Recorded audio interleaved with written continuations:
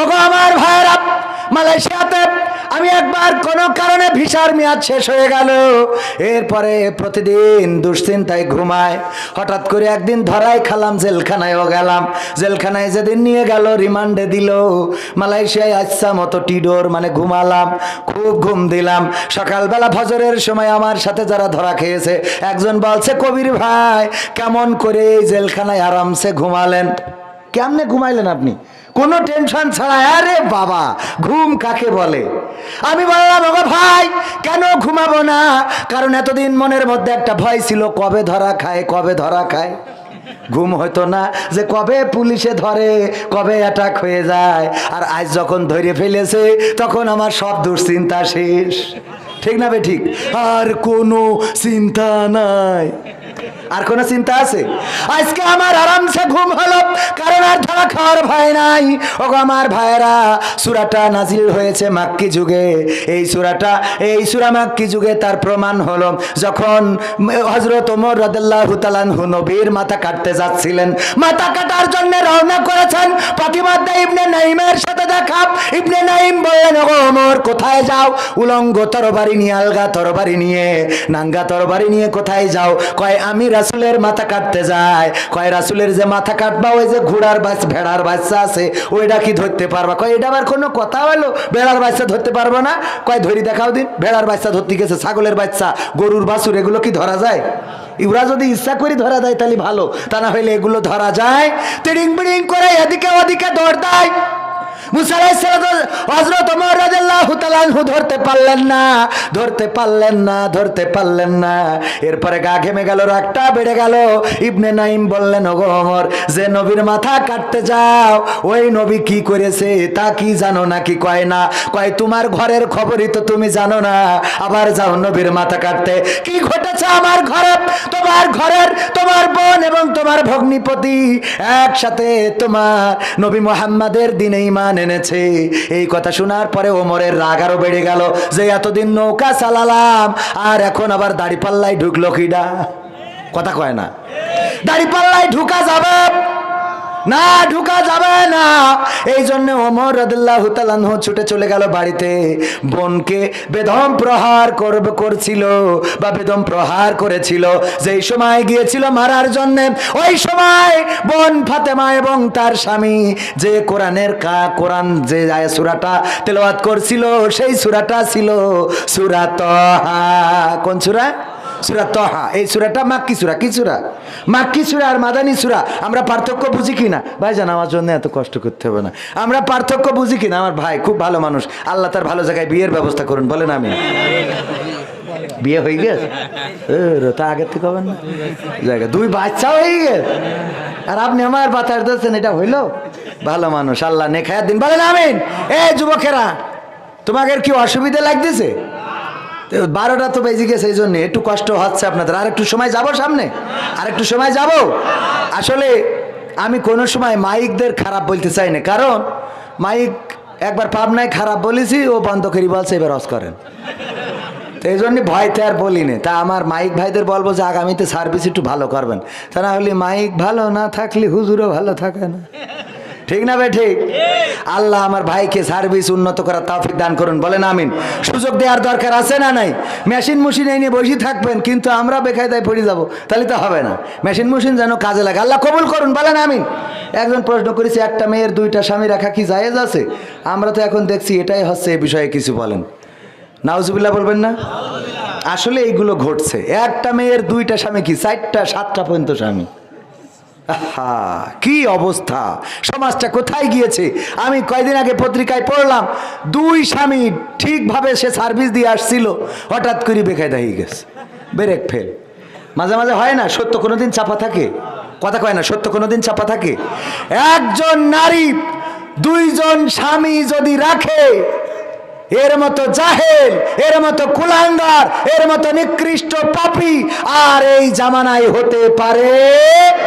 সুতরাং জায়েজ তো দূরের কথা, আমরা তো মাঝে মাঝে বলি জাহান্নামেও জায়গা হবে না, ঠিক কি না?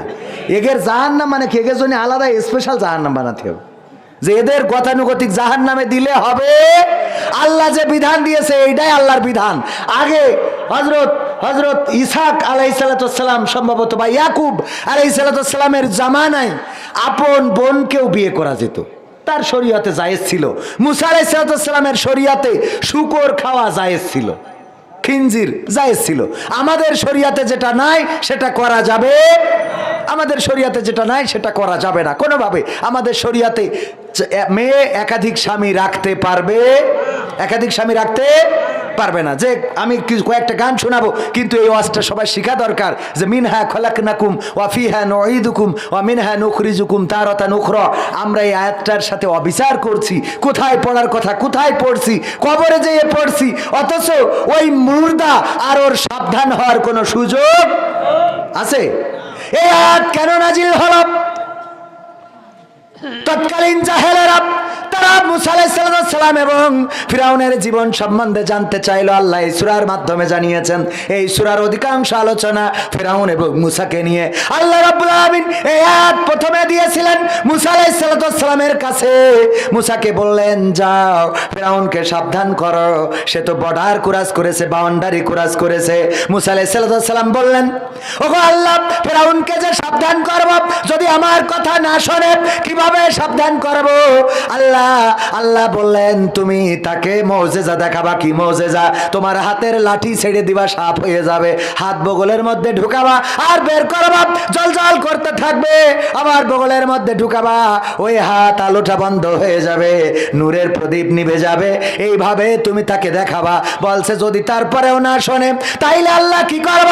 তখন আল্লাহ রাব্বুল আলামিন বললেন, তখন তুমি তারে সুন্দর করে বুঝাবা, মিনহা খলাকনাকুম ওয়া ফিহা নুঈদুকুম ওয়া মিনহা নুখরিজুকুম তারাতান উখরা। বুঝা গেছে তো? কনে পাওয়ারটা আয়াতের বুঝতে পারিছেন? পাওয়ারটা কথা কয় না, বুঝতে পারিছেন? তার মানে কনে বলা লাগবে, যখন আমার শেখ হাসিনা আলেম ওলামাদেরকে নির্যাতন করা শুরু করলো, মামলা দেয়া শুরু করলো, গ্রেফতার করা শুরু করলো, তখন এই আয়াত শেখ হাসিনার কানের কাছে যেয়ে বলা লাগবে, মিনহা খলাকনাকুম ওয়া ফিহা নুঈদুকুম ওয়া মিনহা নুখরিজুকুম তারাতান উখরা। ওগো আল্লাহর বান্দা, ওগো আমার শেখ হাসিনা, কলিজার টুকরা, কেন তুমি এমন জুলুম করো, অন্যায় করো, আলেমদেরকে জেলে ভরো? কেন তুমি কোরআনের আন্দোলন যারা করে তাদের নামে মিথ্যা মামলা দাও, তাদের নামে কেস দাও, তাদের উপরে হামলা করো? তোমার লেলিয়ে দেয়া বাহিনী তাদেরকে মারে ধরে, তাদেরকে পুলিশের কাছে সুপর্দ করে, রিমান্ডে নেয়, নির্যাতন করে, নিষ্পেষণ করে, প্যারোলে মুক্তি পাওয়ার পরেও হাতে হাত করা, পায়ে ডান্ডা বেড়ি পরা অবস্থায় জানাজায় দাঁড়াইছে না দাঁড়ায় নাই? গায়েবালা জানাজায় দাঁড়িয়েছে, ইমাম সাহেবকে বগলের মধ্যে হাত দিয়ে পুলিশ টেনে নিয়ে চলে গেছে, নামাজটাও ঠিক মতো পড়তে দেয় নাই। ঘটেছে না ঘটে নাই?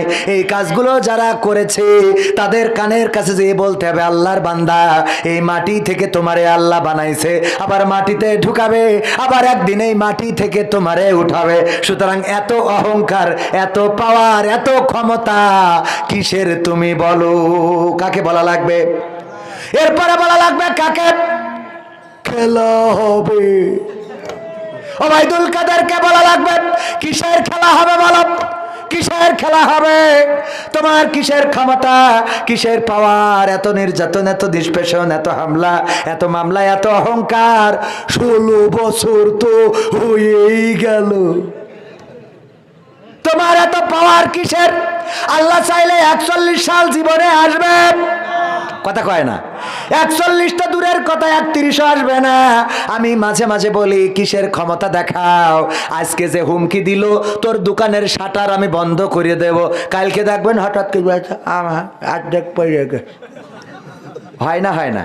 আজকে বলছে তোর শাটার আমি বন্ধ করি, ছেড়ে দেবো তোর, এই বইলে বাড়ি গেছে, হঠাৎ করে অর্ধেক পড়ে গেছে, বেশি পড়িনি। চাচা কি আমার 1 পাশ চলছে না, এই হাটার না আছে না, তুমি না ওই শাটার বন্ধ করতে?